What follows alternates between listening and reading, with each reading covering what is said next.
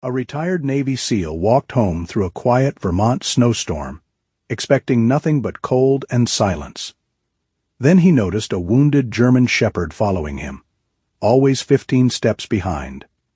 Under a yellow street lamp, he opened a can of food and set it gently in the snow for the hungry dog.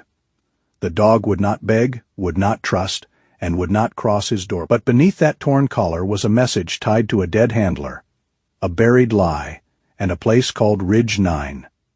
Rowan thought he was simply helping a broken K9 survive one freezing night. Where are you watching from tonight? Leave your thoughts below, and please like and subscribe to help us reach 1,000 subscribers and keep these stories coming. Rowan Vale had learned that winter had a sound. Not the pretty kind people described on postcards, where snow fell like grace and every window looked warm enough to forgive a man his past. Real winter had teeth. It creaked in the old beams of buildings. It hissed under doors. It made power lines hum like tired men trying not to complain. On that Thursday evening in Pine Hollow, Vermont, winter sounded like Rowan's boots grinding over packed snow. His truck was still at Harlan's garage with its transmission spread open like a patient on a metal table. Harlan had promised, with the confidence of a man who had been wrong about machines for 40 years, that it would be ready by morning. Rowan had not argued. He had simply paid for the parts, pulled his wool cap low over his ears, and started the long walk home. At 52, Rowan Vale still carried himself like a man who knew how to enter a room without being noticed and leave it before anyone remembered to ask his name. He stood a little over 6 feet, broad through the shoulders, hard through the hands, but there was nothing polished about him. Time had not broken him. It had weathered him. His olive-drab combat shirt hugged close beneath a faded canvas jacket, the camouflage sleeves disappearing under work gloves patched at the knuckles. The shirt had once belonged to a cleaner life, or at least a life with clearer orders. Now it smelled faintly of pine sap, machine oil, and wood smoke. Rowan fixed generators for people who could not afford to lose heat.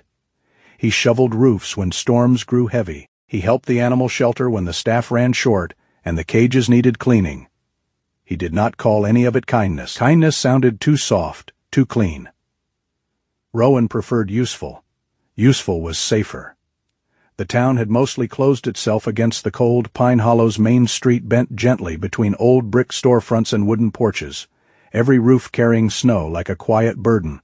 Light spilled from the grocery windows in soft yellow rectangles. The street lamps glowed through the falling flakes, turning the road gold in places, then gray again.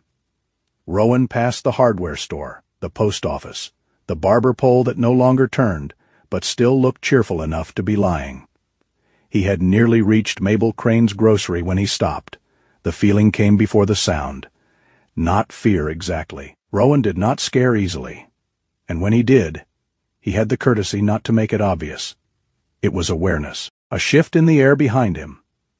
A small pressure between his shoulder blades. The old unwelcome knowledge that something had chosen his 6 o'clock. He kept walking for 3 more steps. Then he turned. At first he saw only snow. Then the shape separated itself from the shadows near the alley beside Mabel's store. A German shepherd stood beneath the weak light of a street lamp, about 15 steps behind him. Male, lean, too lean. His coat was black and tan, though the tan had dulled under grime and frost. Snow clung to his back and muzzle. One ear stood sharp and alert. The other, the left, bore a small V-shaped tear along the edge. His front leg favored the ground with care, as if every step had to be negotiated. The ribs beneath his winter. Thick fur showed just enough to make Rowan's jaw tighten. But it was not the ribs that held him still. It was the eyes. The dog was not begging. Not lost in the simple way strays were lost. His amber-brown eyes moved from Rowan's hands to the storefront windows, to the parked cars, to the dark mouth of the alley. He scanned the street with the discipline of an old sentry who no longer knew which flag he served. Only that danger still existed. Rowan did not move toward him. The dog's weight shifted back. "Yeah," Rowan murmured. "I figured." The German shepherd did not bark. He did not run. He simply watched. Rowan turned slowly and pushed open the door to Mabel Crane's grocery. A bell jingled overhead with more enthusiasm than the hour deserved. Mabel looked up from behind the counter, her red cardigan bright against shelves of canned soup, coffee tins, and winter batteries. She was 63, round-faced, silver-haired, and possessed of the kind of gaze that could weigh a man's soul while pretending to ring up eggs. "Rowan Vale," she said, "walking in weather like this. Either your truck's dead or your pride finally froze solid." Truck shame. I had money on pride. He took off one glove and reached for a small can of Pat from the pet shelf near the register. Then he added a cheap towel, the softest one in the basket by the door, and a bottle of water. Mabel's face changed before he placed the items down. "You saw him." Rowan looked at her. "The shepherd," she said, quieter now. "Been around 2 days. Came near the back door yesterday morning. Wouldn't let me close. Wouldn't let me feed him from my hand either. Anion tried to catch him. Dennis from Animal Control tried," Mabel snorted. "Went at him with one of those loopholes like he was roping a demon in church. Dog vanished under the snow fence and Dennis landed flat on his dignity." Despite himself, Rowan almost smiled. "Did he hurt anyone?" "No." Mabel's expression softened. "That's the strange part he could have. Didn't just watches. Like he's waiting for someone who's late." Rowan paid in cash. Mabel slid the change back toward him, then added another small can of food without charging for it. "For diplomacy," she said. Rowan took it. He may not be interested in diplomacy. Then try bribery. It's kept this town running since 1894.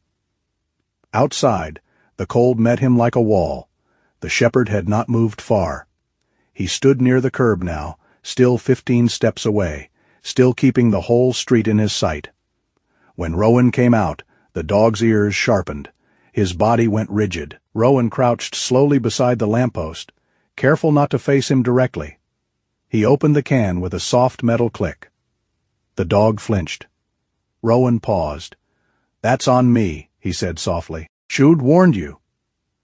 He set the food on the snow, then backed away 5 steps. He kept his shoulders loose, his gaze low, his breathing steady.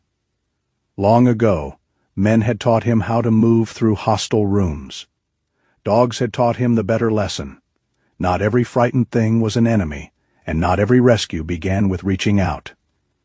The shepherd stared at the can, then at Rowan, then past Rowan, toward the dark windows of Mabel's store. A low growl rose in his chest. Mabel, watching from inside, lifted both hands as if surrendering to a judge with fur. Rowan did not laugh. The sound might have broken something delicate. "No one's taking it from you," he said. The dog's nostrils worked. Hunger argued with memory. Memory, Rowan knew, was a brutal commander. It could starve a body while keeping it alive. Minutes passed. A car rolled slowly down Main Street, tires whispering over slush. The shepherd tensed until it passed. Only then did he lower his head. He took one bite, then another. The eating was not wild. That hurt Rowan more. A starving stray would have devoured the food. This dog ate with control, stopping twice to scan the street, swallowing carefully, refusing to surrender fully even to hunger. Rowan felt an old ache move behind his ribs. He had seen men like that after bad missions, men who ate because the body demanded it, but kept their souls standing guard by the door. The shepherd finished the can and licked the metal rim clean. Rowan opened the water, poured some into the shallow plastic lid, and slid it across the snow. Again, he backed away. The dog drank. Then, for the first time, his eyes stayed on Rowan a little longer, not trusting measuring. Rowan nodded once, as if accepting the terms of a treaty neither of them had signed. "I'm heading north," he said. "Cabin's out past Miller's Bend. You're free to do what you want." The shepherd's ears flicked at his voice. Rowan stood, slow and careful. He did not reach for the towel. Not yet. Too much kindness too soon could look like a trap to a creature that had survived the wrong people. He started walking for 20 steps. He heard nothing except the winter and his own boots. Then came the faintest crunch behind him. Rowan did not turn. Another crunch. Then another. He kept his pace slow, almost lazy. The road tilted out of town past the church with its snow, capped steeple and the little veteran's memorial half buried beside the flagpole. Rowan's name was not on any stone there, though some nights he felt it should have been, not for dying. for the parts of him that had not come home in one piece. Behind him, the dog followed, always 15 steps. When Rowan slowed, the dog slowed. When Rowan stopped at the edge of a crosswalk, the dog stopped too. At one point, near the closed laundromat, Rowan stepped aside to let a snowplow pass. The machine roared by in a cloud of salt and yellow light. The shepherd dropped low, body pressed to the snow, eyes wide but silent. Rowan kept still until the plow disappeared. Only then did he... Loud things don't ask permission, do they? The dog's ears shifted. Rowan looked down the empty road. No, they don't. He resumed walking. Pine Hollow thinned behind them.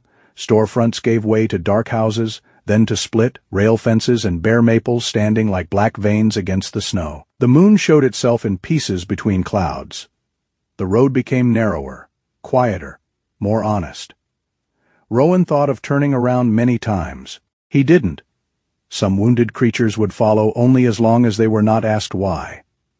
A mile outside town, the cold sharpened. Rowan's left knee complained. His fingers stiffened inside his gloves.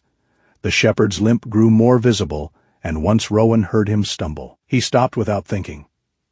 The dog stopped too. Rowan glanced back. 15 steps. The distance had become almost formal now, like the aisle in a church. Neither of them was ready to cross. "You can leave any time," Rowan said. The shepherd stood in the road, breath rising in silver bursts. Rowan waited. The dog did not leave. That was when Rowan understood something small and dangerous. This was no longer only pity. Pity had bought the food. Concern had slowed his pace. But the thing settling inside him now was responsibility. And responsibility was a heavier animal. Once it entered a man's house, it rarely wiped its feet. He turned and kept walking. The road finally curved toward the pines. His cabin appeared between the trees, a low shape of dark timber and warm windows, smoke lifting from the chimney into the blue-black sky. The porch light burned above the door, steady and amber. Rowan stopped at the gate. The shepherd stopped at the road. 15 steps. Rowan opened the gate and walked through, leaving it wide. He climbed the porch stairs, then turned. The dog had come closer, but not much. He stood just inside the yard now, snow collecting on his narrow back. His eyes moved over the porch. The door, the windows, the shadows beneath the steps. He was not looking at a home. He was looking at a structure that might contain hands, ropes, cages, commands, pain. Rowan felt the ache in his chest deepen. "No one's dragging you in," he said. He opened the front door. Warm light spilled onto the snow. The smell of wood smoke rolled out. The shepherd took one step back. Rowan held still. "All right," he said gently. "Not tonight."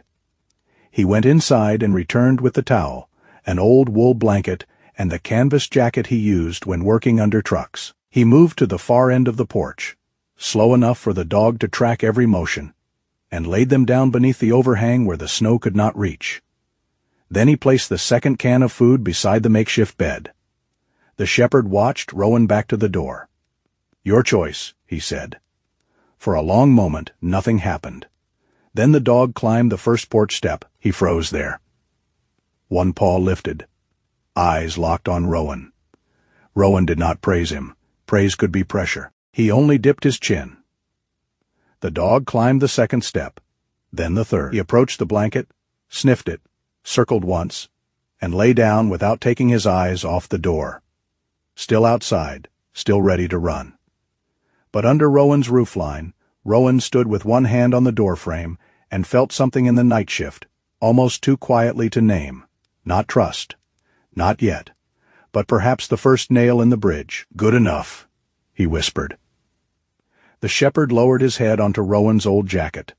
The porch light glowed over them both, small and stubborn against the snow. Inside, the fire cracked in the stove. Outside, the dog stayed awake, and Rowan, who had spent years teaching himself not to wait for anyone, found himself leaving the door unlocked. By dawn, the snow had stopped falling, but the world had not yet decided to wake. Pine Hollow lay under a pale winter hush, the kind that made every sound feel borrowed. The pines behind Rowan Vale's cabin stood heavy with white, their branches bowed like old men at prayer. Smoke climbed from the chimney, in a straight gray ribbon before the wind found it and pulled it apart. Rowan woke in the armchair by the front window with his neck stiff and one boot still on. The fire in the stove had burned low. A mug of coffee sat untouched on the side table, gone cold hours ago. For a few seconds, he did not remember why he had chosen the chair instead of his bed. Then he saw the shape on the porch. The German Shepherd was still there. He lay on Rowan's old canvas jacket beneath the overhang. Body curled tight, muzzle resting against one sleeve. Snow had blown across the porch during the night and dusted his back in fine white grains. But he had not left. His eyes were open, amber, dark and watchful, turned toward the door as if the house itself might change its mind. Rowan stayed still. Something inside him eased, though he would not have called it relief out loud. Relief was too eager. This was quieter, a small candle lit in a room he had kept dark for years. "Well," he muttered, rubbing a hand down his face, "you're stubborn." The dog's ears twitched at the sound. Rowan rose slowly. His left knee complained in its usual morning language, a bitter sermon of old landings and colder mistakes. He crossed to the kitchen, filled a bowl with warm water, then opened the second can of food Mabel had slipped into his bag. When he opened the front door, the shepherd lifted his head. Rowan did not step out right away. He let the door stand open between them. Warm air rolling gently into the cold. The dog stared at the gap, not at Rowan at the doorway. That told Rowan more than any growl could have. For some animals, a doorway was invitation. For this one, it was memory wearing a frame. "All right," Rowan said. "Porch rules." He set the bowl and food down just outside, then lowered himself onto the top step, leaving several feet between them. His combat shirt sleeves showed beneath his jacket, olive-drab body and camouflage arms marked by dark bands around the biceps. He had worn it without thinking, the way some men wore pennants beneath ordinary clothes. The shepherd sniffed the air. Hunger pulled him forward, but caution tied him back. Rowan looked out at the trees instead of at the dog. "I'm not watching." The dog waited. Then came the soft sound of claws on wood. He moved with painful care. One step, pause, another step. His injured front leg touched down lightly, as if the porch boards might punish him for trusting their strength. He ate slower than the night before, not because he was less hungry, Rowan guessed, but because daylight made everything more dangerous. In daylight, there were angles, windows, reflections. A man could see too much, and still missed the thing that mattered. When the dog finished, he licked the rim of the can once and backed away. Not far. Just enough. Rowan rested his forearms on his knees and let the silence sit. There had been a time when he thought silence meant emptiness. After leaving the teams, silence had swallowed whole rooms. It had waited for him in the bed, in the cab of his truck, in the grocery aisle when someone laughed too loudly behind him. Later he learned silence could be full of weather, full of breath, full of an animal deciding whether the world had lied to him one time too many.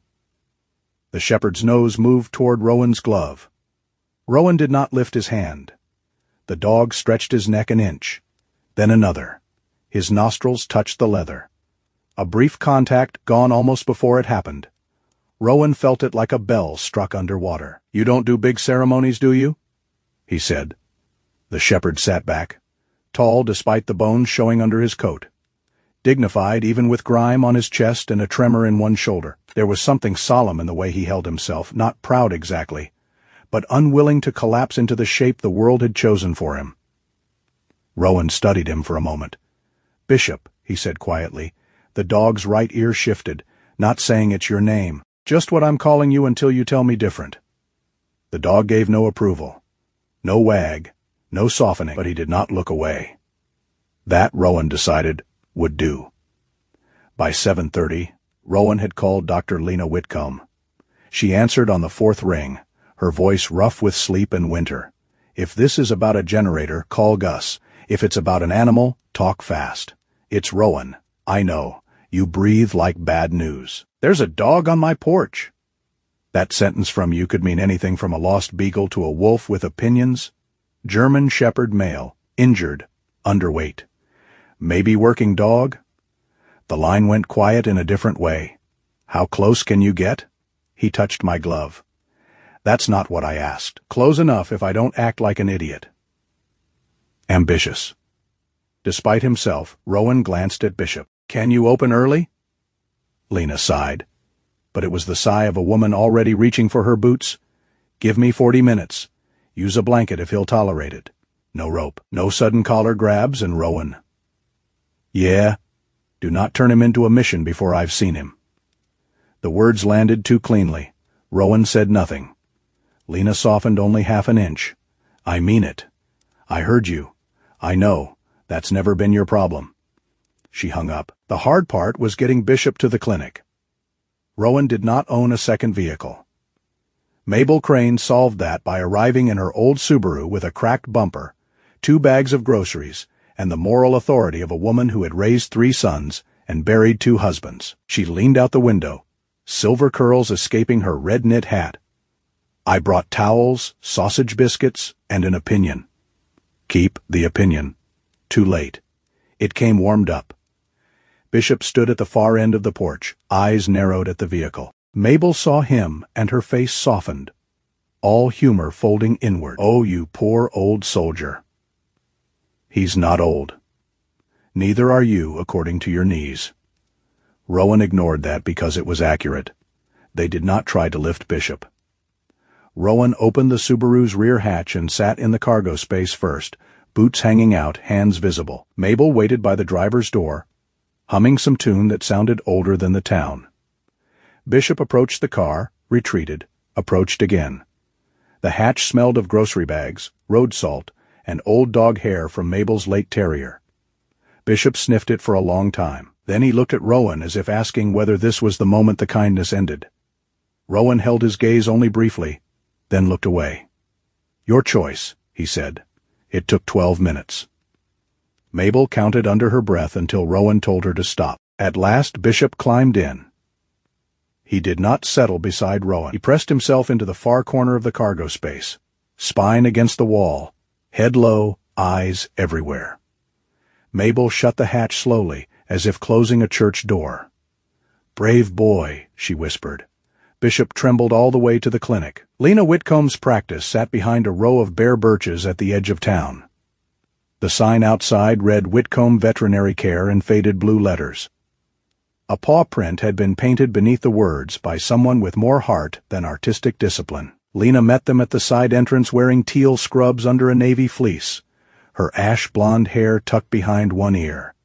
She had the steady face of someone who had seen panic, blood, birth, and grief before breakfast, and still remembered where she had left her coffee. She did not coo at Bishop. That alone made Rowan trust her more. Well, she said, crouching at an angle instead of head.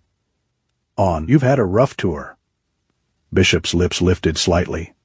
Lena stopped moving. Fair. I wouldn't trust me either. Rowan knelt near the door, not between Bishop and the exit. He's been on the porch since last night.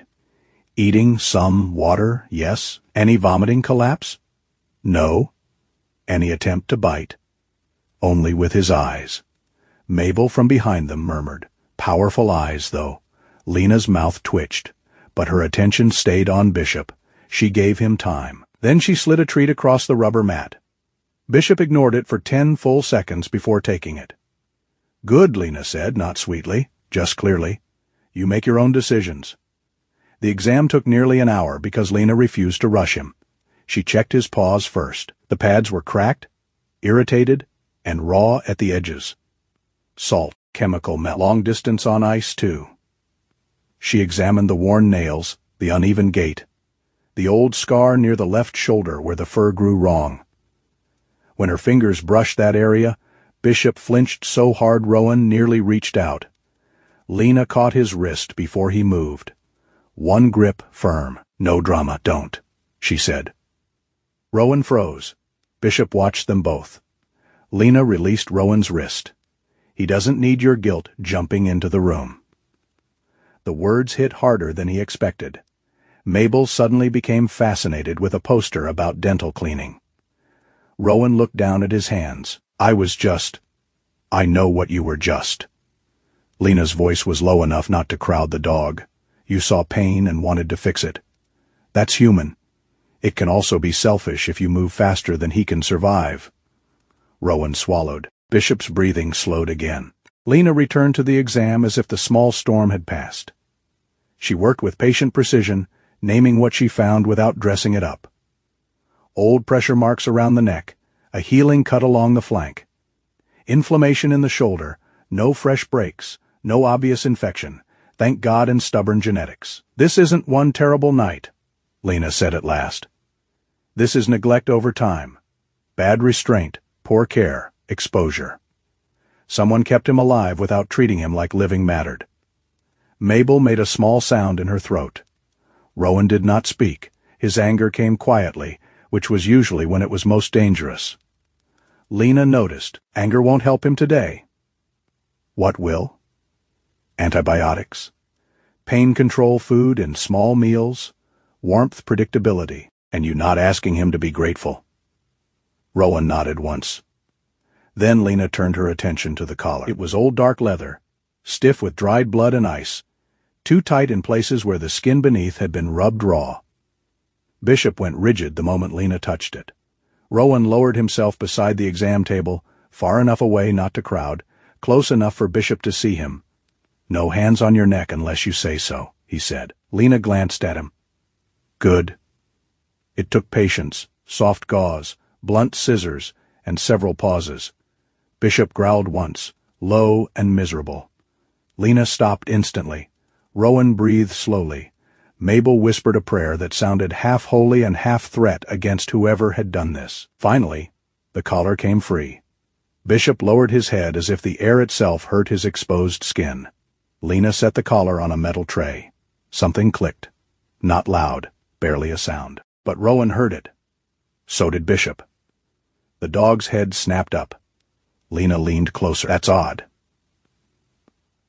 Along the inside of the collar, almost hidden beneath a cracked fold of leather, sat a small metal plate no larger than Rowan's thumb. It was not decorative. It had been stitched in carefully, concealed from casual eyes. One edge had lifted when the collar relaxed. Rowan picked up the collar. The plate had a tiny hinge. His pulse changed. Lena did not ask the question. Mabel stopped breathing loudly enough to be noticed. Rowan used his thumbnail to ease the plate open inside. Protected by waxed film was a narrow strip of waterproof paper folded twice. He unfolded it on the steel tray. The handwriting was cramped, rushed, but legible.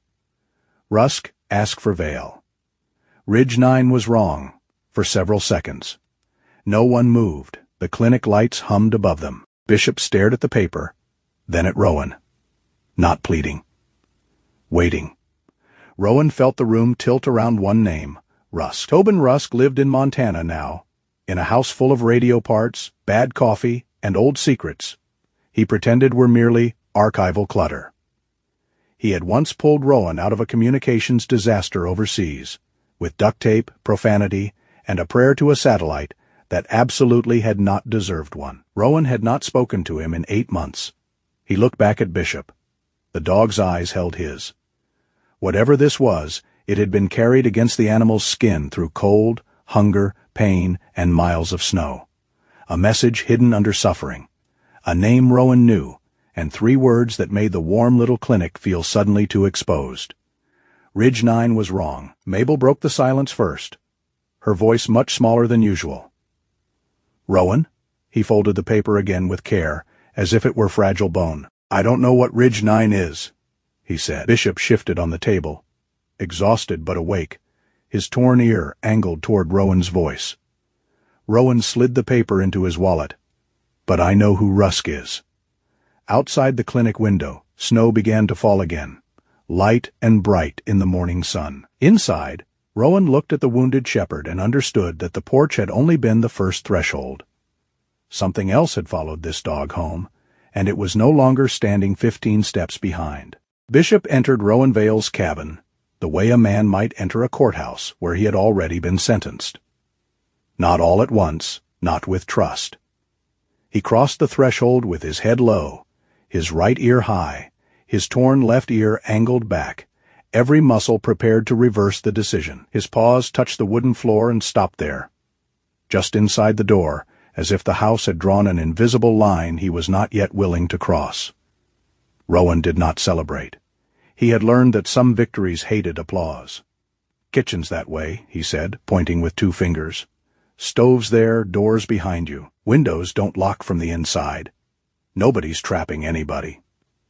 Bishop's eyes moved from the stove to the windows, then to Rowan's hands. He limped 3 steps farther in, enough to escape the draft, not enough to lose sight of the exit. Then he lowered himself near the front room, where he could watch Rowan, the door, and the whole cabin with the grim efficiency of a sentry posted at a ruined gate.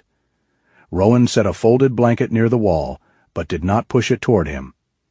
Lena's voice was still in his head from the clinic, sharp as a clean blade. "Don't turn him into a mission before I've seen him." He had heard the words. He had not liked how well they fit. The cabin was small but solid, built of dark logs and old stubbornness. A cast iron stove warmed the front room. Tools hung on one wall in careful rows. A pair of snowshoes leaned beside the back door. On the mantel sat 3 things Rowan never dusted often enough: a brass compass, a chipped mug from a deployment long gone, and a photograph turned face down. Bishop noticed the photograph. Or maybe Rowan only imagined he did. The dog shifted his weight with a soft, pained exhale. The antibiotics Lena had given him would help, but not tonight. Tonight pain still lived in his joints, under his collar line, in the shoulder where old scar tissue pulled when he moved. Rowan filled a bowl with water and placed it halfway between them. "Small meals," he reminded himself, then gave a humorless little breath. "Listen to me talking like I'm the responsible adult." Bishop did not blink. Fair. The routine began before Rowan meant to create one. Water at the same place, food in the same bowl, stove fed every hour, no sudden movements near the door, no reaching over Bishop's head, no pity in the voice. That last one was hardest. Pity wanted to leak out of him like heat from a cracked window. He had to keep boarding it over. Bishop did not need to be soaked in sorrow. He needed a world that made sense twice in a row. By mid-afternoon, Lena called. Did he go inside? Front room? Voluntarily? Mostly, that's not a medical category. It's the only one we've got. A pause. Paper rustled on Lena's end. How's his appetite? Careful. Good. Careful means he's thinking. Thinking is better than shutting down. Rowan leaned against the kitchen counter and watched Bishop from across the room. The dog had not slept deeply. Every time the stove popped, his eyes opened. Every time wind nudged the window, his paws tightened. "Lena," Rowan said. The silence changed. "What?" He looks at doors like they've hurt him? They probably have. Rowan closed his eyes for a second. Lena's voice softened, but only enough to prove she knew where kindness ended and truth began. He needs a schedule, safe distance, predictable sound, no crowding, no heroic gestures. I'm not making heroic gestures. Rowan, he said nothing. You and I both know you're the kind of man who can make standing still look like a rescue operation. That almost made him smile, almost. Then he looked at Bishop again. At the uneven fur near the shoulder, at the raw line where the collar had been. I had a dog once, Rowan said. The words came out before he could stop them. Lena did not interrupt. Working dog, not mine on paper, felt like mine in every way that mattered. His thumb found the old scar across his knuckle. His name was Ajax. Bishop's ear moved at the sound of the unfamiliar name. Rowan looked away. We were pinned down. Bad weather, bad intel, bad everything. Ajax took a hit when we were moving between cover. I gave the order to keep moving because that was the order that kept the men alive. His throat tightened in a way he hated. I never went back for him. On the other end of the line, Lena was quiet for a long moment. Then she said, Did you have a choice? Rowan gave a short laugh with no humor in it. That's the question men use when they want sleep. And what's the answer? The answer is I'm still asking. Bishop had lifted his head. He was looking at Rowan now, Not alarmed, not trusting, simply present. The dog did not understand the story, perhaps, but he understood the weather in Rowan's voice. Lena spoke carefully. Bishop is not Ajax. I know, no. You know it in your head. I need you to know it in your hands. Her voice tightened, not unkindly. If you try to save the old dog through this one, you'll ask too much of him. He doesn't need a hero trying to settle a debt with the dead. He needs a man who can give him breakfast at the same time every morning, and not take it personally when he won't come closer. Rowan watched Bishop lower his head again, still facing the door. That might be harder, he said. It usually is. After the call ended, Rowan stood in the kitchen for a long time. The cabin creaked around him. The snow outside brightened and dimmed as clouds moved over the weak sun. Finally, he turned the face-down photograph on the mantel upright. Ajax had been a dark-coated Malinois, mouth open in a wild grin, ears sharp, one paw lifted as if impatient with the camera. Beside him stood a younger Rowan, harder around the eyes and easier in the shoulders, one gloved hand resting between the dog's ears. Bishop stared at the photo. Rowan set it back. Upright this time. All right, he said, though he was not sure to whom. That evening, Tobin Rusk called back. Rowan had sent him photographs of the collar, the metal plate, and the strip of paper. He expected a joke first. Tobin usually used humor the way other men used door locks. This time, there was no joke. Where is the dog now? Tobin asked. In my cabin, anyone else know? Lena, Mabel? Of course Mabel knows. The woman knows what people buy before they know they need it, Tobin. Right. A chair creaked on the other end. The collar markings are real. Old Alpine Recovery Unit issue. Not standard police, not local search and rescue either. Military adjacent, federal funding, joint winter operations, small program, quiet. Rowan felt the air in the cabin tighten. Bishop had raised his head again. What was Bishop doing there? Working recovery and route assessment, snow terrain. Avalanche zones, missing personnel, downed communications equipment. That dog wasn't trained to bite first. He was trained to find what the mountain tried to keep. Rowan repeated the name silently. Bishop. The dog had not been named for the chess piece after all, or maybe Rowan had only guessed what had already been true. Handler, Rowan asked. A few keyboard clicks came through the phone. Elias Ward Sargent, Alpine Recovery Unit. Dead 3 years. Ridge 9 incident near Mount Calder. Incident. You're not going to like it. I didn't expect to.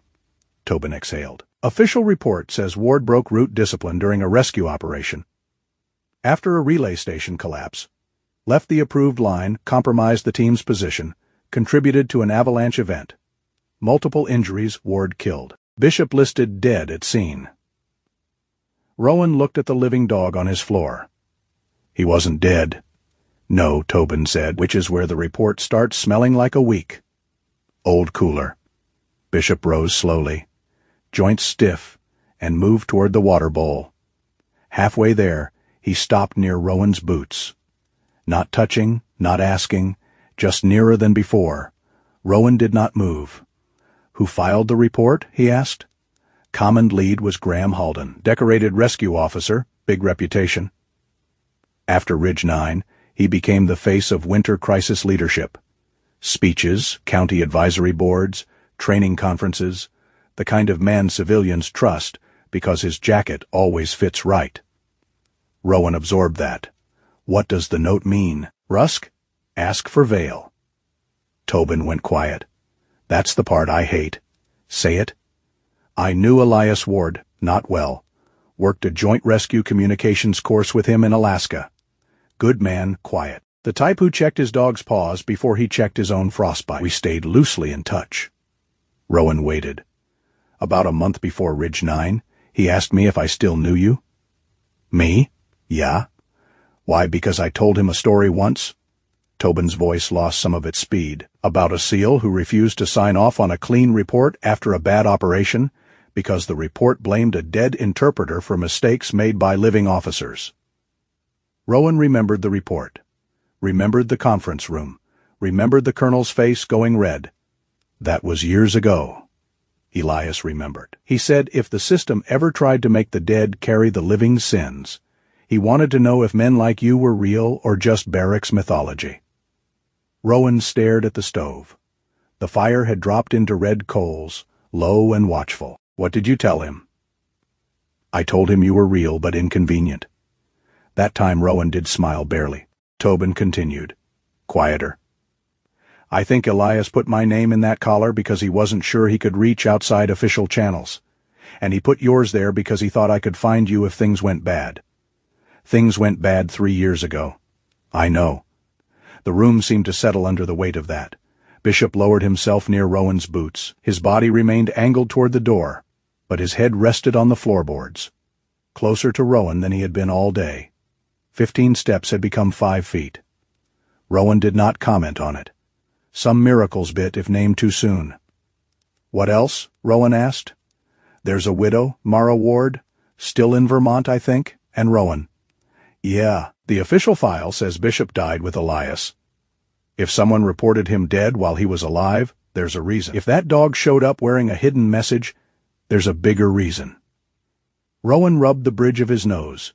Send me what you can. I'll send what won't get flagged. The rest I'll have to dig out like a raccoon with a security clearance. Still charming, I'm adorable. Ask my ex-wife. Actually, don't. The line clicked off a minute later, leaving Rowan with a file transfer notification and a cabin too quiet for the size of what had entered it. He opened the first document on his old laptop. A photo loaded slowly. Elias Ward stood in winter gear beside Bishop. He had a lean, wind-burned face, dark hair under a wool cap, and one hand resting on Bishop's neck with easy familiarity. Bishop looked younger, heavier. Whole his left ear still had the small V-shaped tear, but his coat shone. His eyes were fixed not on the camera, but on Elias. Rowan turned the laptop slightly, so Bishop could see. The dog stood.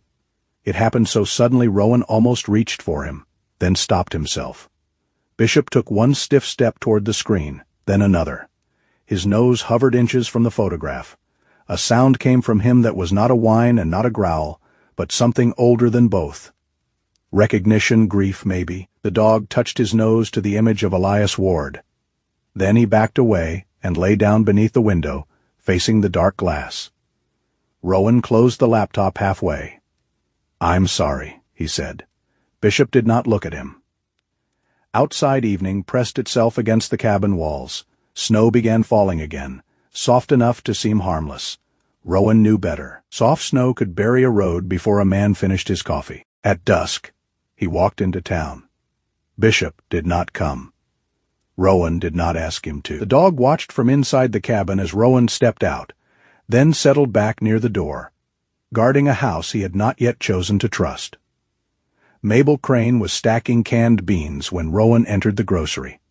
The bell jingled overhead. If you're here for more pate, I save the good kind, she said. Then she saw his face.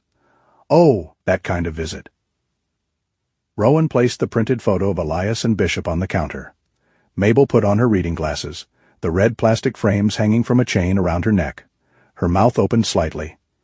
I know him, she said. Elias Ward? She nodded slowly. He came through a few winters back. 3, maybe 4 times, always with that dog. Bought coffee, jerky, canned peaches, and one of those little meat pies Bishop liked. You remember the dog's name? Of course I do. He sat by the door like a judge, scared half the tourists into better manners. Rowan waited. Mabel's eyes softened as memory found its footing. Elias used to stop here after training runs up near Mount Calder. Said Bishop liked this town because nobody tried to pet him without permission. Smart dog. Did he ever mention Ridge 9? Mabel's hand tightened around the photo. No, but the last time I saw him, he didn't come in laughing. She looked toward the dark window. He stood outside a long while right under that lamp, Bishop beside him. Elias bought pate that day, said it was for after the mountain, like he was promising the dog there'd be something good waiting when they came back. Rowan felt the sentence settle inside him. Something good. Waiting, Mabel swallowed. They didn't come back after that. No, and now Bishop did. Rowan folded the photo carefully. Mabel looked past him toward the street. Maybe he remembered. Remembered what? This place, the smell, the light, the food. Her voice grew quiet. Or maybe dogs are better than us at finding the last place they felt safe. Rowan said nothing because there was nothing useful to add. He returned home under a darker sky. The cabin windows glowed between the pines. For the first time in years, the sight made his chest ache in a way that was not entirely loneliness. There was someone inside waiting, even if that someone had 4 legs, bad scars, and no intention of admitting he cared. Rowan was halfway up the drive when he noticed the vehicle. A dark SUV sat beyond the tree line across the road, lights off, engine silent. Too clean for a local truck. Too still for a lost tourist. Its windshield reflected nothing. Rowan stopped. The driver's side window moved slightly. Then the SUV started. No headlights at first, IRST, just a low purr of an engine. Then red taillights sliding between the black trunks. It rolled away without hurry, as if whoever sat inside wanted Rowan to understand that being seen did not bother them. The cabin door burst open behind him. Bishop came out fast despite the limp, nails scraping wood, body low and forward. He did not bark. He placed himself between Rowan and the road, shoulders squared, torn ear flat, gaze locked on the place where the SUV had vanished. Rowan looked down at him. The dog was trembling, but he did not retreat. Not 5 feet now, right in front of him. A shield made of bone, scars, and memory. Rowan laid no hand on him. Not yet. He only stood beside him in the falling snow until the road went empty again.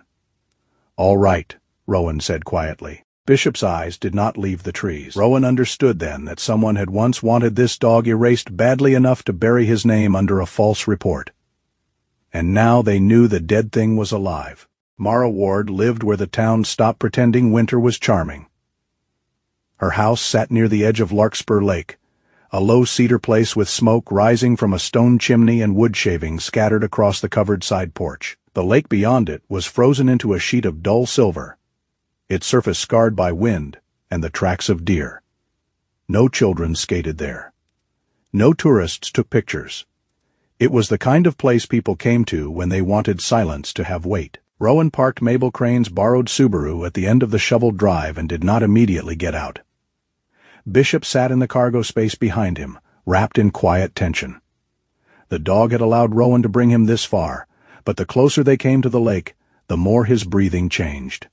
Not panic, not exactly. Recognition moving through pain, like a hand, through cold water. Rowan looked at the small house. On the porch rail hung several carved wooden signs, surnames, cabin numbers, memorial plaques waiting for pickup. A half-finished piece leaned near the door, its letters not yet cut deep enough to be read. Mara Ward made names last. The thought struck Rowan harder than expected, because for 3 years her husband's name had been made to carry something it did not deserve. He turned slightly. "You ready?" Bishop looked past him at the house. "That was a bad question," Rowan admitted. "I'm not ready either." He got out first, leaving the rear hatch open. Bishop climbed down slowly, his injured legs stiff in the cold. Rowan did not put tension on the leash. Lena had made that rule clear. A leash could guide, but it should not become an argument. They had taken only 3 steps up the path when the front door opened. Mara Ward stood there with one hand on the doorframe. She was not what grief looked like in films. No dramatic black dress, no fragile collapse waiting for permission. She wore a heavy gray sweater dusted with sawdust, dark work pants, and a leather apron tied around her waist. Her brown hair was pulled low at the nape of her neck, with a few silver strands catching in the morning light. Her face was pale from indoor work and long winters, but her eyes were steady. Then she saw Bishop. The steadiness left her, not all at once. It drained from her features slowly, like blood from a wound. Her mouth opened, but no sound came out. Bishop stopped.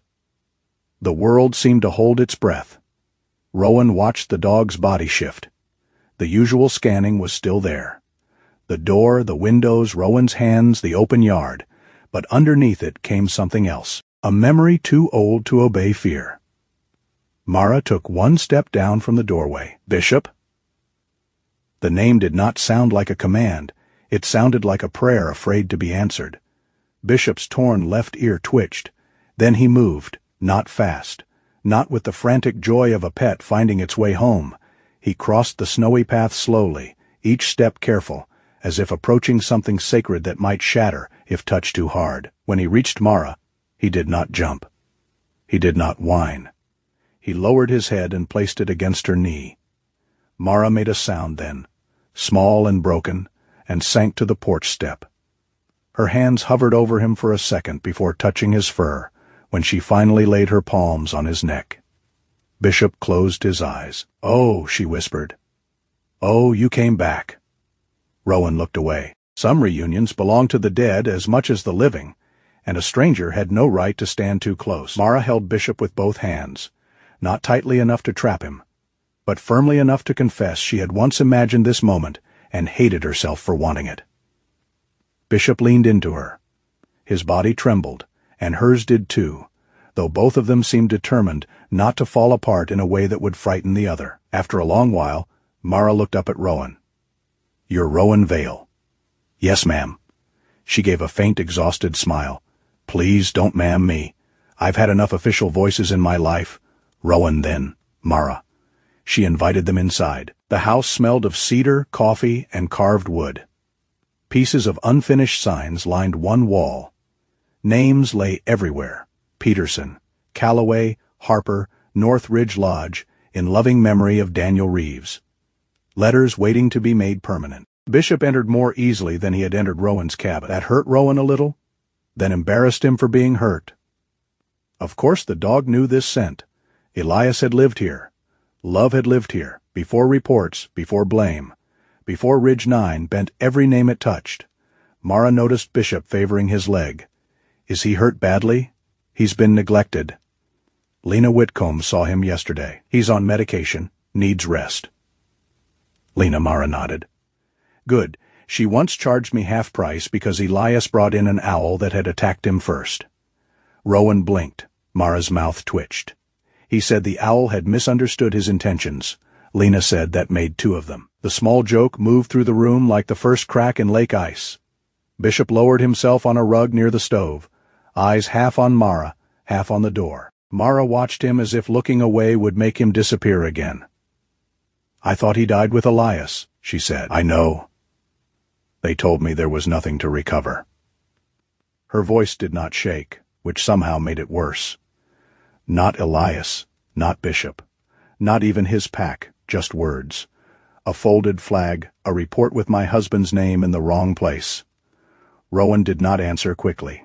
Silence, he was learning, could be respect if it did not run away. Mara crossed to a shelf near her workbench and took down a small leather notebook. The cover was worn smooth at the corners. She held it for a moment before offering it to Rowan. Elias kept field notes, weather, Roots, Bishop's behavior. Strange things, people said. He trusted paper more than people with clean desks. Rowan opened it carefully. The handwriting inside was neat but hurried, full of abbreviations and small sketches of ridge lines, paw diagrams, wind arrows. Bishop's name appeared often. Not like equipment, like a partner. Bishop refused north approach in crosswind. Trust dog. Bishop found buried line marker under 4 feet of drift. Reward, canned turkey. Halden pushing shortened routes again. Says public wants fast rescues. Mountain does not care what public wants. Rowan turned a page and stopped. The sentence was written alone, underlined once. Bishop doesn't just find people. He remembers the roads. Men try to forget. Mara stood beside him, arms folded tight across her chest. He wrote that 2 weeks before Ridge 9, she said. Rowan read it again. The room changed around the words. Until then, Bishop had been a survivor carrying a message. Now he was something more dangerous to the people who had lied. A living map, Mara's eyes stayed on the notebook. For a while, I hated him. Rowan looked up. She gave a sharp little breath. Almost a laugh, but not enough. That sounds monstrous, doesn't it? No, it does. She glanced toward Bishop. The dog was watching her now. They told me Bishop died. Then later, when doubt started eating at me, I wondered if maybe he had lived, and if he had lived, why Elias hadn't. For one ugly month, I thought if the dog had come home without him, I wouldn't have been able to bear it. Her fingers tightened at her sleeves. So when I stopped looking, I told myself I was accepting the truth, but part of me was relieved I didn't have to face him, because he would have known the last thing my husband saw. He would have carried it in his eyes, and I was too much of a coward to ask. Bishop rose. Mara froze, ashamed, as if the confession had become a hand raised against him. But Bishop only came to her. He pressed his muzzle into her palm. Mara broke then, not loudly, not prettily. She bent over him, one hand buried in the fur at his neck, and wept like someone finally allowed to grieve the correct dead. Rowan stood very still. He had spent years thinking courage meant carrying pain without letting it show. Watching Mara, he wondered whether courage might instead be naming the pain so it could stop wearing another face. When they left her house an hour later, Mara came with them, not because Rowan asked, because she put on her coat, took the notebook, and said, "If you're going to ask questions about Elias, I'm done letting other people answer for him." Their first stop was the sheriff's office. Sheriff Audrey Kellen ran Pine Hollow's law from an old brick building wedged between the courthouse annex and a bakery that had survived 3 recessions through cinnamon alone. Audrey was at her desk when they arrived.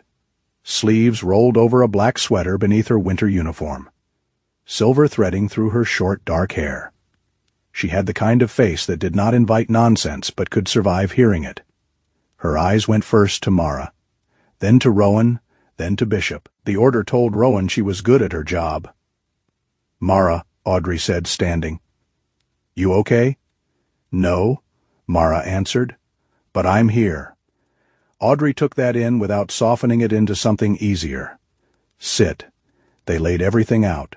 The collar, the hidden note, Tobin's confirmation. Lena's medical findings. Elias's notebook. Audrey listened without interrupting, which was not the same as believing. When Rowan finished, she leaned back slowly. Ridge 9 was investigated. "It was reported," Mara said. "That's not the same thing." Audrey's jaw tightened. Rowan saw the hit land. "I was deputy then," Audrey said. "I read what came through. State Rescue Review, Federal Summary, Halden's account, everything lined up." "Because one man arranged the lines," Rowan said. Audrey looked at him. "Former military men accusing decorated officers of cover-ups, based on hidden notes and a traumatized dog, is exactly the kind of thing that gets people hurt twice." "That's why we're here," Rowan said. "Not online, not at Halden's door, here." Audrey's gaze moved to Bishop. "Lena confirmed the dog's identity?" "She confirmed he's a working dog with an old unit collar. Tobin confirmed the markings." "I'll call Lena myself." "You should." That answer seemed to please her more than argument would have. Mara placed Elias's notebook on the desk. "Audrey, I am not asking you to believe Greek. I'm asking you to look at evidence you never got to see." Audrey did not touch the notebook right away. "I should have asked more questions back then," she said quietly. Mara's face changed, but she did not rescue Audrey from the admission. "Yes," Mara said. "You should have." There it was, not forgiveness, not accusation, just truth standing in the room without a coat. Before Audrey could answer, the front desk phone rang. She ignored it. Then her cell phone buzzed. She glanced at the screen, frowned, and stepped into the hall to take the call. Rowan looked down at Bishop. The dog had gone rigid.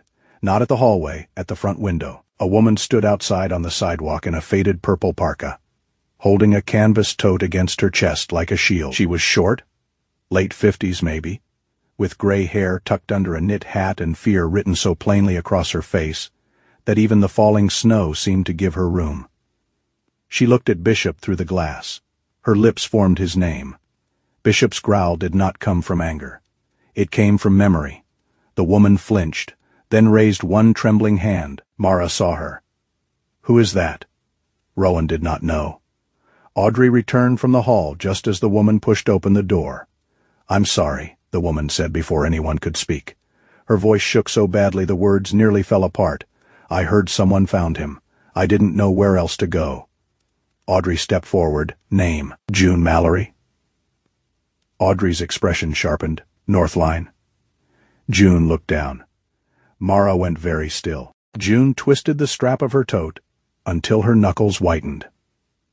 I worked there, part-time. Kennels, feeding, cleaning. I didn't make decisions.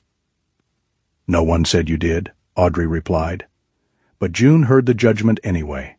She reached into the tote and pulled out a wrinkled envelope wrapped in a plastic grocery bag. Her hand shook as she placed it on Audrey's desk. I should have come forward before. Mara's voice was low. Before what? June looked at Bishop. Tears gathered but did not fall. Before they told everyone he was dead. Inside the envelope was a photocopied transfer form. Audrey unfolded it. Rowan saw the name before anyone read it aloud. Bishop. Alpine Recovery Unit. K9 condition. Unstable/aggressive/non-recoverable transfer. Authorized by Graham Halden. Mara gripped the back of a chair. June spoke quickly now, as if stopping would make courage leave. Bishop had arrived at Northline weeks after Ridge 9. Half-starved, injured, silent. The official instruction was that he was dangerous and not to be handled except under restraint. But June had cleaned his kennel. She had seen him flinch at raised voices, not attack. She had watched him press his nose to the crack under the door whenever someone said Elias's name. He wasn't vicious, June said. He was waiting. Rowan felt the words sink deep. June had fed him extra when she could. Changed his bedding when no one was looking. Once, during a storm, Bishop had broken through a weak section of the kennel run and vanished into the snow. Northline filed him as missing, then closed the matter within days. Why didn't you report it? Mara asked. June looked at her then, and the shame in her face was older than the morning. Because I was afraid of Halden, of Northline, of losing my job, of being told I was a nobody who misunderstood paperwork. Her voice cracked. And because sometimes it's easier to believe silence is harmless when the person paying for it isn't you. No one spoke. Bishop took one step toward June. She stiffened, expecting judgment from the creature she had failed, but Bishop only sniffed the air near her hand. Then he turned away. It was not forgiveness, not quite. It was worse and kinder. He had survived her silence without needing it explained. June began to cry. Audrey picked up the transfer form and looked at Rowan. This changes things. No, Mara said, her voice thin and fierce. It shows things were already changed. We're just late. By the time they left the sheriff's office, Audrey had the collar photographed, the transfer form logged, Lena on her call list, and a promise that she would not contact Halden until she understood what she was holding. Outside, the afternoon had turned white and bright. Snow drifted down so softly it seemed impossible that anything cruel could happen under it. Bishop stood on the sidewalk, nose lifted. At first Rowan thought he was scenting the air. Then the dog pulled, not hard, not wildly, just a steady pressure on the leash toward the north road that climbed out of Pine Hollow and disappeared between the mountains. Mara followed his gaze. That road goes toward Mount Calder, she said. Bishop pulled again. His body was tired. His leg hurt. His neck was still raw, but his eyes had changed. Not healed. Not safe. Certain. Rowan looked from the road to the dog, then to Mara. Bishop was no longer only remembering a man. He was remembering a place, and somewhere above Pine Hollow, under the white shoulders of Mount Calder, Ridge 9 was still waiting. Ridge 9 was not marked on tourist maps. The trailhead had no cheerful sign, no painted arrow, no promise of scenic views. It began behind a locked forestry gate north of Pine Hollow, where the road narrowed into a white scar between pines and the mountains rose like sleeping beasts under snow. Sheriff Audrey Kellen unlocked the gate herself. Her cruiser idled behind Rowan's borrowed Subaru, exhaust ghosting into the hard blue morning. Mara Ward sat in the passenger seat beside Rowan, Elias's leather notebook held in both hands. Bishop lay in the cargo space behind them, awake and silent. He had been silent since they left town. That worried Rowan more than growling would have. Some dogs protested fear. Bishop carried it like a sealed letter. Audrey stepped back from the gate and waved them through. Behind her cruiser came an old green pickup with a yellow plow mount and one headlight dimmer than the other. The truck coughed to a stop beside them, and the driver climbed out with a weather notebook under one arm and the expression of a man personally offended by gravity. Walter Keene was 67, narrow as a fence rail with a white mustache, thick brows and a mustard, yellow parka that made him look like a warning flag with opinions. His round glasses sat low on his nose, snow clung to his boots, his hat, and somehow his eyebrows. He looked up at the ridge and sniffed. "Bad day for old knees," he said. Audrey shut the gate behind them. "You volunteered." "I was tricked by civic guilt." "You brought the weather logs?" Walter patted the leather, bound notebook under his arm. "Of course I brought the weather logs. Computers can lose data. Cloud storage can vanish. This only disappears if I die or if Mrs. Pritchard borrows it to flatten flower petals again." Mara looked at him, surprised into the smallest smile. Walter noticed and tipped his hat. "Mrs. Ward, I'm sorry we're meeting under this kind of sky." "Did you know Elias?" Mara asked. Not well, knew his voice on the radio. Calm voice, didn't waste words. Walter glanced toward Bishop. Knew that dog's bark, too. Better manners than half the rescue board. Bishop lifted his head. Walter did not reach for him. Wise man, they drove the last mile slowly. Snow had drifted over the access road in pale waves, and twice Rowan had to stop while Audrey cleared branches. The mountains pressed closer with every turn. Pines crowded the shoulders. Old avalanche warning markers poked from the snow like rusted bones. At last, the road ended near a small abandoned rescue outpost. The building leaned slightly under the weight of 3 winters and too many unanswered questions. Its windows were boarded. Warning tape, faded orange and stiff with frost, sagged between metal posts. Beyond it, Ridge 9 rose into a sweep of white slope and dark stone, beautiful in the way knives could be beautiful. Mara got out and did not move. Rowan understood. This was not just a place on a map for her. It was the last room her husband had entered, and no one had ever let her see the door. Bishop climbed down from the back of the Subaru. The moment his paws touched the snow, his body changed. His head lowered. His shoulders tightened. His injured leg trembled once, then locked. He stared toward the slope, but not like a dog eager to work, like a soldier hearing a voice from a trench he had spent years trying not to dream about. Rowan took one step toward him. "Bishop." The dog did not look away. Audrey came up beside them. "We keep this short. We document what we can. We don't take risks, and nobody goes beyond the marked line without my say." Walter snorted. Marked line was wrong last time. Audrey looked at him. He raised the notebook. "That's why I'm here." They gathered near the side of the outpost, where the wind cut less sharply. Walter opened his weather log on the hood of his truck. The pages were filled with tight pencil writing, wind arrows, pressure readings, and small irritated notes in the margins. "Night of Ridge 9, he said, tapping the page with a gloved finger. Wind shifted southeast at 1840, temperature dropped 6 degrees in under an hour. Snowpack unstable on the upper east face. I radioed a warning at 1905. Repeated it at 1912. Audrey leaned closer. "That warning isn't in the official summary." "No, it is not." Walter's voice lost its humor. Funny thing about reports. They can make a man sound silent when he was shouting.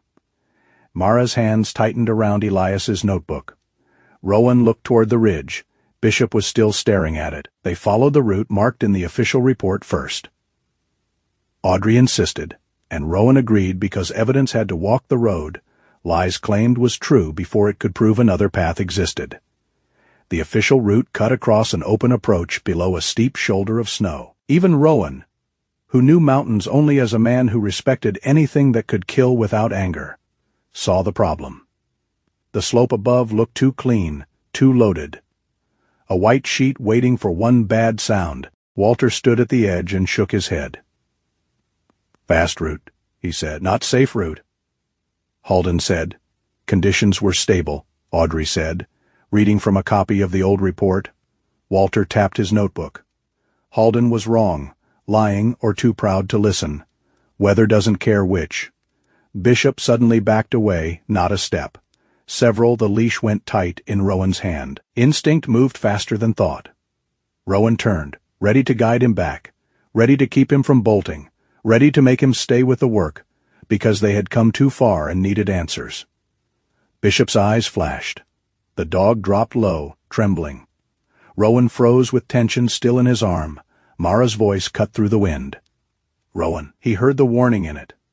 Not anger. Recognition. He looked down at his hand. The leash was tight. Too tight. He released the pressure immediately. Bishop did not run. He stayed crouched, breathing hard. Amber eyes fixed on Rowan as if asking whether the kindness had finally reached its edge. Rowan felt shame bloom hot under his coat despite the cold. He lowered himself to one knee in the snow. "I'm sorry," he said. The wind moved around them. Audrey said nothing. Walter looked away with unexpected gentleness. Mara stood still, letting the apology belong to the one who owed it. Rowan set the leash down on the snow between his boots. "No order," he said softly. "No mission, not unless you choose."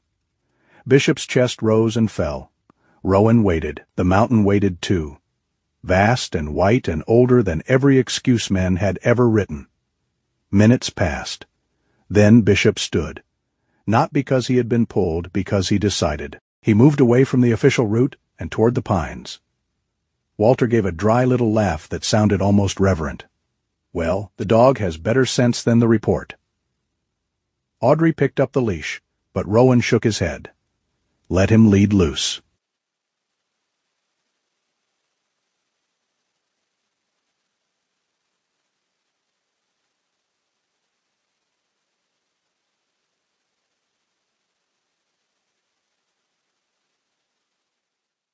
Old trail markers, nearly swallowed by bark and frost, appeared one by one where no official map showed them. Mara followed close behind Bishop, Elias's notebook held against her chest. "He wrote about an alternate line," she said, breath white in the air. "A timber route, slower, but sheltered." Audrey checked her copy of the report. "Not mentioned." "Of course it wasn't," Walter muttered. "Slower routes don't make heroes fast enough." Bishop stopped near a rock wall half buried in drift. He sniffed along the base, then began pawing at a hollow beneath a shelf of stone. Not frantic. Methodical. A working dog returning to work in spite of everything that work had cost him. Rowan crouched beside him, careful this time to wait for space. "Here?" Bishop pawed again. Audrey and Rowan cleared the snow with gloved hands, while Mara stood back, pale but steady. Under the drift lay a small waterproof rescue cache, its orange casing faded and cracked but intact. Audrey photographed it before touching. Inside were emergency flares long dead, a foil blanket, a rusted multi-tool, and a compact recording unit sealed in a plastic sleeve. The device had taken moisture despite the casing. Its screen was black, its edges were corroded. Mara covered her mouth. "Elias carried one of those," she said. "Audrey bagged it. We don't know what's on it." "No," Mara said, "but Bishop knew where it was." Walter looked down the sheltered timber route, then back toward the official slope. His face had gone grim. If Ward cached gear here, he wasn't wandering. He was following a planned alternate line. Rowan looked at Bishop. The dog sat beside the hollow, shaking from cold or memory, maybe both. Rowan wanted to touch him. This time he waited. After a moment, Bishop leaned his shoulder lightly against Rowan's leg. The contact was brief enough. They returned to the outpost to warm their hands and call Tobin. Cell service was weak, but Audrey's radio booster pulled enough signal for Rowan to send photos of the recorder. Tobin answered on speaker, sounding as if he had been awake all night and insulted by every file format known to civilization. "It's damaged," Tobin said after seeing the images. "But if the storage core isn't cooked, I can try pulling audio. Don't power it on. Don't shake it. Don't let Walter put it near a heater." Walter frowned. "I am a trained meteorologist. You once dried a radio battery in a toaster." It worked. It exploded. Briefly, even Audrey almost smiled. They agreed to send the recorder down with Audrey for proper handling. But Bishop was not finished. He stood before anyone else moved. His nose lifted toward the ridge again, but not toward the timber route this time. His attention had shifted farther east, where the slope dipped into a broken stand of spruce near an old avalanche chute. Rowan felt the change in him. The first cache had been work. This was something else. "Bishop," Mara whispered. The dog took one step, then stopped, and looked back. Not at Rowan. At Mara. Her face went white. Rowan understood the question before she did. This part was not asking a handler. It was asking the widow. Mara swallowed, then walked forward until she stood beside Bishop. "I'm here," she said. Bishop turned and moved on. The path grew harder. Snow came up to Rowan's knees in places. Audrey called for caution twice. Walter tested the snowpack with a collapsible probe, grumbling under his breath, but watching every contour with sharp eyes.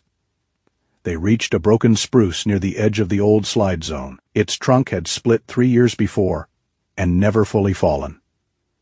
One half leaned downward, black and silver against the snow, like a finger pointing at the ground. Bishop stopped beneath it. For a long moment, he did nothing. Then he began to dig. This time there was urgency in him, not panic, not obedience. Rowan knelt beside him and helped with his hands. Audrey documented. Mara stood so still the air around her seemed afraid to move. Under 2 feet of packed snow and old debris, Rowan's glove struck fabric. He stopped. Audrey moved in carefully, brushing the area clear. It was the remains of a rescue pack, weather, rotted but partly preserved beneath the snow and debris. Inside were a cracked GPS tracking unit, a strip of torn dark fabric, and a metal identification tag on a broken chain. Mara made a sound so quiet Rowan almost missed it. She stepped forward and took the tag only after Audrey nodded. The letters were scratched but readable. Ward, Elias, and Mara held it in both hands. No tears came. Her grief had gone beyond tears into something stiller. Audrey lifted the strip of fabric with tweezers. It was not from Elias's gear, dark wool blend, a torn seam with a small embroidered edge. Walter leaned in. "That looks like command. Issue cold weather outerwear, higher grade than field rescue jackets." Audrey's eyes sharpened. "Halden? No way to prove here?" Walter said. "But it isn't Ward's." Rowan picked up the old GPS unit and turned it in his hand. It had once been attached to a canine harness. Bishop's harness. If the layout matched the old Alpine equipment Tobin had shown them, they did not understand the full truth until later that evening. Back in Audrey's office, when Tobin pulled partial route data from the GPS backup and matched it against Walter's weather log and the official Ridge 9 report. The official line said Elias had broken route and led the team into danger. The GPS said something else. Elias and Bishop had taken the sheltered timber route first, the safe line. Then, after the avalanche warning, Bishop's track doubled back toward the slide zone, not away from duty, toward someone. Walter found the timestamp. That's after Halden's last radio check. Audrey read from the official report, voice tight. Halden reported he was forced to retreat after Ward deviated. Tobin's voice came through the speaker, unusually quiet. The dog's GPS shows Bishop and Ward moved toward Halden's last known position. Mara stared at the map on Audrey's screen. The route glowed in a thin blue line, out back, into danger. Rowan felt the truth enter the room like cold air. Elias had not abandoned the team. He had gone back. The man blamed for recklessness had died trying to save the man who let him carry the blame. Mara did not collapse. She did not cry out.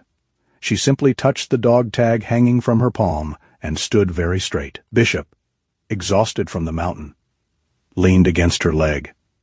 Mara lowered one hand into his fur. For 3 years, the world had handed her a crooked version of her husband's name. Now, in a sheriff's office lit by fluorescent lights in winter dusk, the first true piece of him had been returned. Not his body, not his voice entire, but his direction. And that was enough to change the shape of everything. Graham Halden had been easy for Pine Hollow to believe. That was the terrible thing. If he had been cruel in obvious ways, the town might have rejected him sooner. If he had spoken with a sneer, worn arrogance like a medal, or treated grief like an inconvenience, someone might have looked closer at the old Ridge 9 report and wondered why every line bent away from Elias Ward. But Halden was not built like a villain from a cheap story. He was 57, broad-shouldered, silver-haired, and always clean in a way winter towns rarely allowed. His wool coat never carried road salt. His boots never seemed to slush. His voice had the calm weight of a man who had once given orders in weather that could kill, and people trusted voices like that. They mistook steadiness for truth. For 3 years, Pine Hollow had invited him to stand beneath the rafters of the old town hall and speak about sacrifice. For 3 years, Mara Ward had stayed away. This year, she came. The town hall was warm, crowded, and bright, with strings of white lights hung from wooden beams. Folding chairs lined the floor. A framed photograph of Ridge 9 sat near the stage, surrounded by pine branches and candles. On the wall behind the podium hung a banner that read, "Remembering Courage in the Storm Rowan Vale," stood at the back with Bishop at his side. The German shepherd wore no vest, no symbol, no decoration. Only the repaired leather collar, padded now so it would not cut into his healing neck. His torn left ear angled toward every sound. His body stayed close to Rowan's leg, but not pressed against it. He had come because Rowan had asked softly, and because Mara had stood in the doorway that morning and said, "I think Elias needs us to be there." Rowan had almost refused. Not because he was afraid of Halden. Men like Halden did not frighten him. What unsettled Rowan was the room itself. People gathered around a version of grief polished smooth enough to display.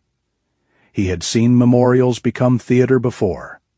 He had seen the dead used as architecture for the living.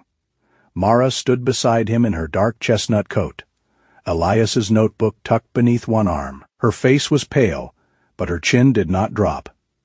Sheriff Audrey Kellen stood a few feet away in uniform, expression controlled, the Ridge 9 file in a leather folder under her arm. Walter Keene leaned against the wall near the side aisle. Mustard. Yellow parka open. Weather log clutched like a holy text, only he believed could smite fools. June Mallory sat near the back, twisting the strap of her canvas tote, until Rowan worried it might come apart in her hands. They had not come to expose Halden in front of the town. That had been Audrey's insistence. "We asked to postpone the ceremony," she had said. "We notify the council there is enough new evidence to reopen the inquiry. We keep it procedural." Walter had grunted. Procedural is what cowards call truth when they want it to wear shoes indoors. Audrey had ignored him, which was probably why the town still functioned. At 7 o'clock, Graham Halden stepped to the podium. The room quieted the way rooms quieted for men people were used to respecting. Halden wore a charcoal blazer, black turtleneck, and the small Ridge 9 pin on his lapel. He placed both hands on the podium, looked across the room, and let silence gather around him before speaking. 3 years ago, he began. This town learned what winter can take. Mara's fingers tightened around the notebook. Bishop's head lifted. Halden continued, voice rich and solemn. He spoke of storms, duty, the dangers of divided judgment in crisis. He did not say Elias's name at first. That was its own kind of theft. Rowan felt anger stir, but he kept still. Then Halden looked toward the back of the room. His eyes found Mara. For half a second, his composure changed. Not enough for the crowd to see, enough for Bishop to. The dog went rigid. Halden recovered quickly. "And tonight, I see Mrs. Ward has joined us. Mara, your presence honors the memory of all those affected by that night." Mara did not answer. Audrey stepped forward before Halden could continue. "Mr. Halden, with respect to the families and the town council, I need to request that tonight's formal remarks be postponed." A murmur moved through the hall. Halden smiled gently. "Sheriff, new material evidence has been recovered related to Ridge 9. My office is reopening the local inquiry pending state review." Now the murmur became voices. Halden did not look surprised. That told Rowan plenty. "New evidence," Halden repeated. "Found by whom?" Audrey's jaw set. "Recovered at Ridge 9. Halden's gaze shifted to Rowan. "With Mr. Vale's assistance, I assume?" Rowan said nothing. "Former Navy SEAL, correct?" Halden asked. though he clearly knew. A man accustomed to pressure. A man perhaps less accustomed to civilian procedure. Rowan felt the room look at him. There it was, not an attack sharp enough to object to. A careful placing of doubt. Mara stepped forward. This is not about Rowan. Halden's expression softened in a way Rowan disliked more than open contempt. Mara, grief can make patterns where there are none. No one here doubts your pain. No, she said. You've only benefited from it.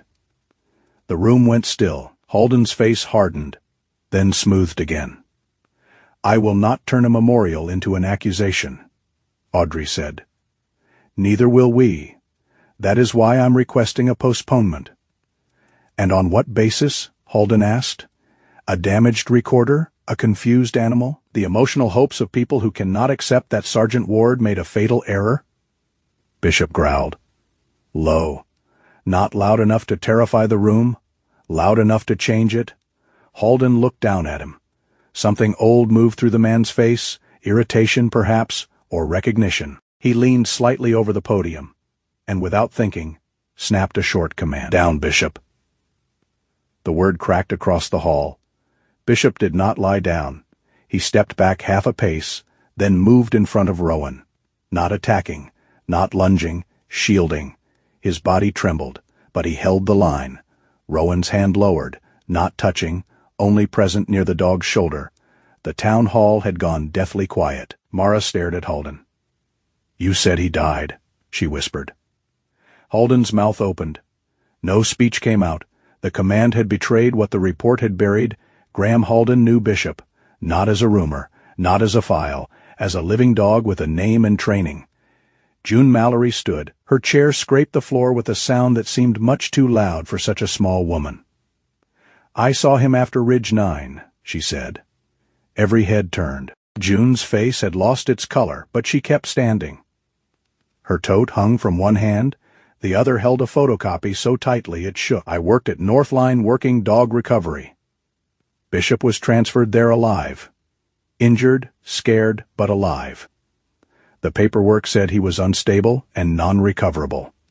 She looked at Halden. The transfer was authorized by you. Halden's voice cooled. Mrs. Mallory, if you worked in kennels, you were not privy to command-level decisions. No, June said. I was privy to feeding him, cleaning blood from his bedding, watching him press his nose to the door whenever someone said Elias Ward's name.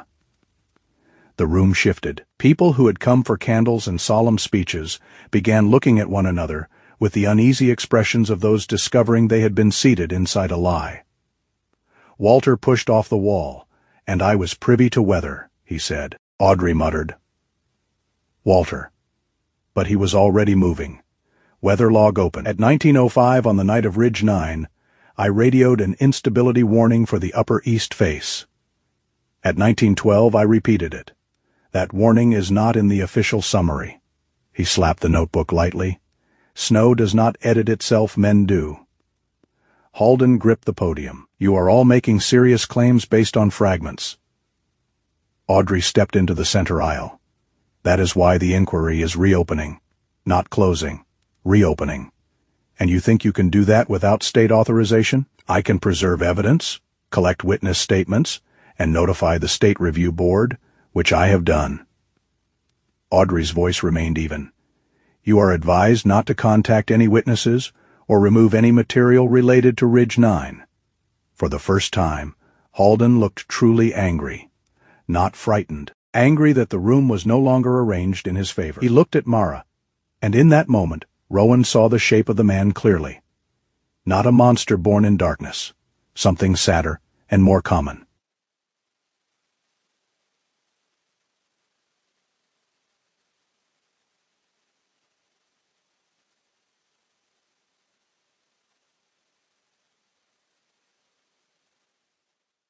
Halden stepped back from the podium. The Ridge 9 pin on his lapel caught the stage lights. Then he walked down from the stage and left through the side door. No one stopped him. No one applauded. The silence he left behind was not the old silence. The old silence had been obedience. This one had teeth. By the time Audrey reached the side exit, Halden was gone. "Let him go," she said when Rowan started after him. "If I follow angry, I make mistakes. If he moves evidence, he gives us more." Walter raised his brows. That sounded uncomfortably wise. "I have moments."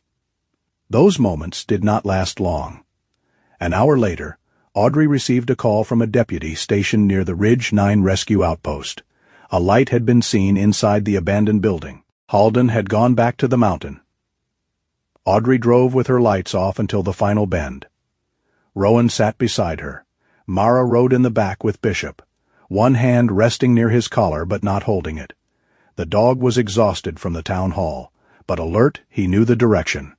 They all did. The outpost stood beneath the mountain like a guilty witness. A pale light moved behind the boarded window. Audrey parked behind a stand of spruce. No heroics. Rowan almost smiled. "I'm allergic. You're addicted." "Fair." They approached on foot. Inside the outpost, Halden stood near a rusted filing cabinet with a canvas document bag in one hand. He froze when Audrey opened the door. "Put it down," she said. Halden's shoulders sagged. Not in surrender exactly, but in the exhaustion of a man who had finally reached the end of a road he had been pretending was a circle. "You don't understand what that night was," he said. Audrey kept her voice steady. "Then explain it." Halden laughed once, bitter and small. Everyone wants truth, once it's safe to want it. Mara stepped into the doorway at the sight of her. Halden's face changed. For a moment, the polished speaker vanished. The decorated officer, the crisis leader, the town's symbol of survival, all of it slipped. What remained was an older man in a cold room, holding a bag full of papers he should have surrendered years ago. "Elias warned me," he said. Mara did not move. "He said the timber route was safer. Slower, but safer. I told him we didn't have time. There were people stranded up there, communications down. Donors watching, county officials calling every 10 minutes. I thought if we made the fast rescue, the unit would be funded for another decade." Walter's weather log seemed suddenly to weigh 1,000 pounds in Rowan's memory. Halden looked at Bishop. The dog stood beside Rowan, body rigid but silent. "When the slide came, I was cut off. Elias came back for me." Halden swallowed. "He shouldn't have." Mara's voice was barely audible. "But he did." "Yes. And you let them blame him?" Halden closed his eyes. "I told myself it was temporary, that I would correct the record after the funding came through, after the review, after the funerals, after people could bear it." He opened his eyes again, and they were wet but not yet redeemed. Then the story hardened. My story. Their story. The unit survived because people believed I held it together. "No," Rowan said. "It survived on Elias's name being broken." Halden flinched. Good, Rowan thought. Some truths deserve to land. Halden's voice lowered. "I kept thinking if I preserved the image of a hero, the rescue program would live. Then one day, I realized the program was living on my name, and Elias's had died in its place." Mara walked toward him slowly. Rowan tensed, but she only stopped a few feet away. "I don't need you to suffer the way I suffered," she said. "Pain is not justice. I need you to stop standing on my husband's name." Halden looked at her, as if forgiveness might be hidden somewhere in the sentence. It was not. Audrey took the document bag from his hand. "You'll come with me," she said, "voluntarily if you still remember how honor works." For a second, Rowan thought Halden might refuse. Then Bishop took one step forward, not threatening. Simply present. The living proof of what had not stayed buried. Halden nodded. Outside, snow began to fall again over Ridge 9. Not hard, not dramatic. Just enough to cover fresh tracks if no one bothered to look back. This time, Audrey photographed every step. The new memorial at Ridge 9 had no stage, no television crews, no polished speeches, no banner trying to make grief look organized. Just a small gathering of people standing in clean winter light while the mountain watched from above them, white-shouldered and silent.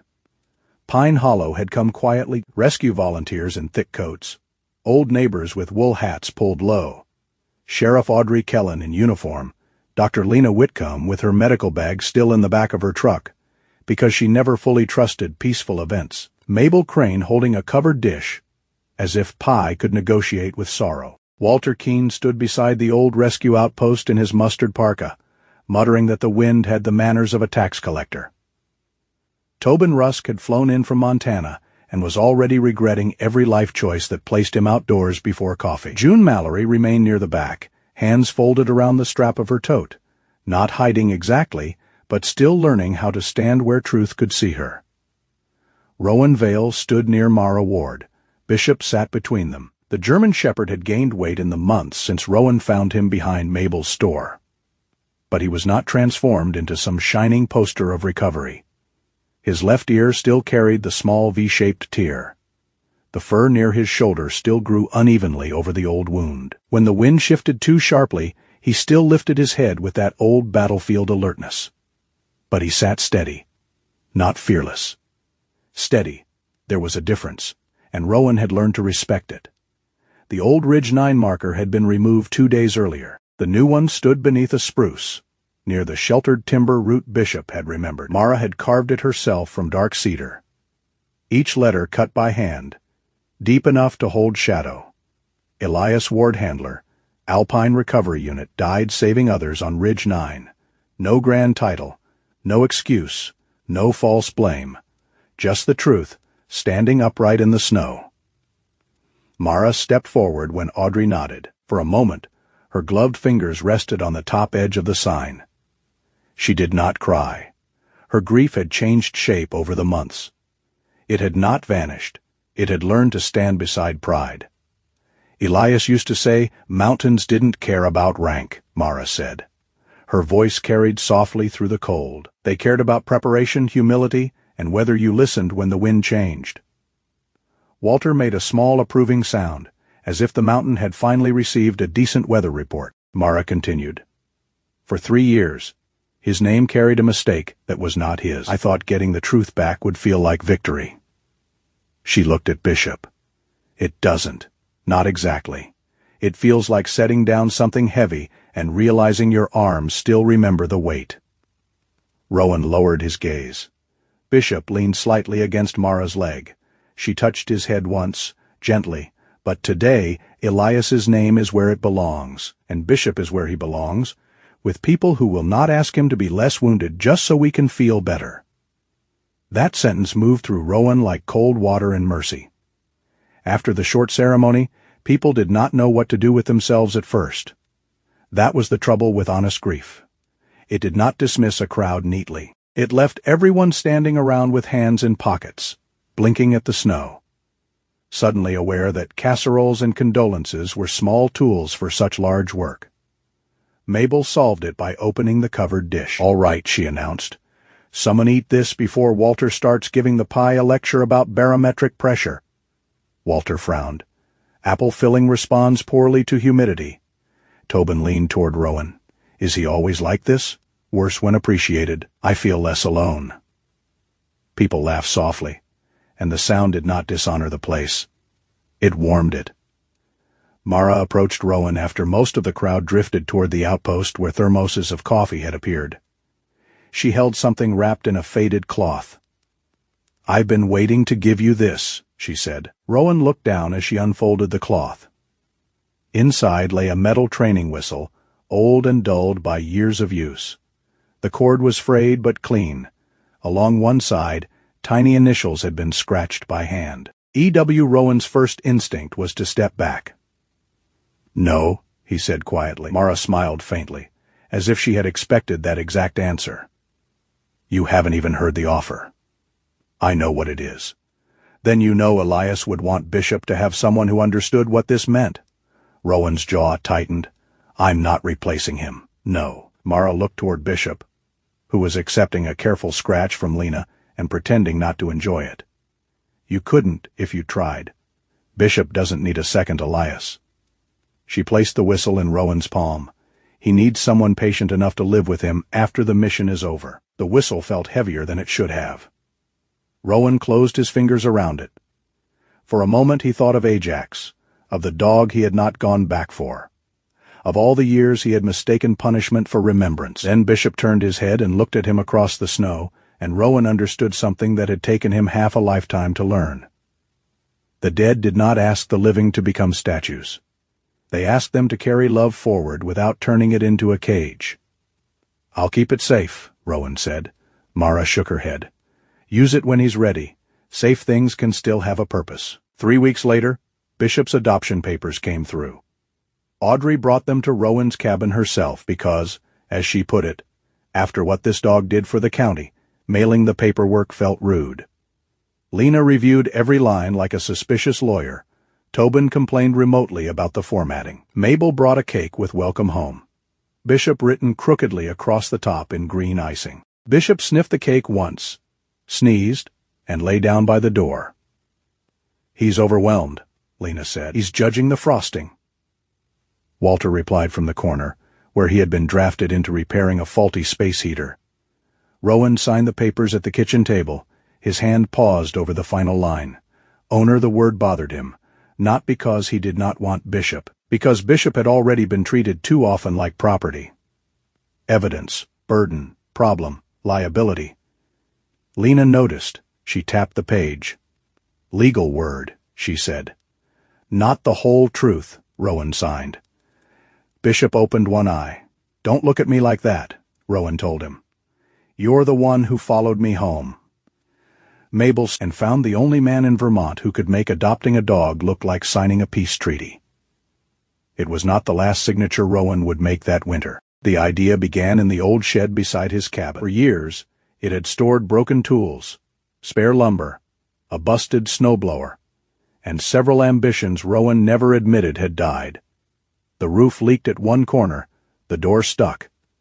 Mice had claimed one wall with the confidence of landlords. Then Lena mentioned, not for the first time, that the county had nowhere for working dogs who could not simply be dropped into ordinary homes. "Some of them need quiet," she said one evening, while checking Bishop's shoulder. Predictability. Medical follow-up. People who understand that a flinch is not disobedience. Rowan looked toward the shed. Lena followed his gaze. "That is either a terrible idea or exactly the right one. Probably both. Most useful things are." He started with the roof. Walter arrived to supervise and somehow ended up fixing the heater, while insisting old men should not be expected to climb ladders in snow. Mabel put a donation jar on her grocery counter with a handwritten sign, "For dogs who don't trust us yet." Audrey helped with permits. June came every Saturday to scrub floors, repair bedding, and work quietly until Bishop allowed her to pass within 3 feet without stiffening. Tobin built a digital tracking system for intake records and called it, with great seriousness, an intelligence network for emotionally complicated tales. Rowan refused to laugh. Then he laughed anyway. The first dog arrived in late February, a retired search, and rescue lab named Mercy, who hated men in hats but loved canned pumpkin. Bishop watched her from the porch with grave suspicion, then left one of his blankets near her kennel door the next morning. Rowan saw it and said nothing. Some gifts should not be embarrassed by witnesses. They named the place the Porch Light Project, not a shelter, not exactly a rescue. A way station, a quiet room between what had happened and what might still be possible. Every night, Rowan left the porch light on, not because he expected miracles, because once a wounded dog had stood outside that circle of light and needed time to decide whether warmth could be trusted. Spring did not come quickly to Pine Hollow. Snow thinned along the roads, returned twice out of spite, then finally surrendered to wet earth and pine scent. But on the day, Mara came by with apple pie. Winter had given the town one last bright afternoon. Snow lay clean over the yard, and the sky shone blue enough to forgive almost anything. Rowan sat on the porch steps, Bishop's collar in his hands. He had kept the old leather but lined it with softer material, careful not to erase every scar. Some things deserved mending, not pretending. Mara set the pie on the rail. "Mabel says this one is for humans," but she winked when she said it. Audrey stood near the path, hands in her coat pockets. "Bishop is officially more popular than the mayor." From behind her, Mabel appeared carrying a basket. The mayor never sat that handsomely in his life. Walter, who had come to return a borrowed wrench and had somehow stayed for pie, pointed at Bishop. "Dog has better posture than the town council." Tobin's voice crackled from Rowan's phone on the porch rail. "I'm insulted no one is complimenting my database." Lena, seated on the top step with a mug of coffee, said, "Your database tried to classify Mercy as a small tractor. She has a powerful build." For once, Rowan let the laughter move around him without feeling the need to step outside it. Bishop lay at his feet, head resting across one of Rowan's boots. His eyes were half closed, not asleep yet. The old vigilance still lived in him. A helicopter passed far away beyond the ridge, and Bishop's head lifted sharply.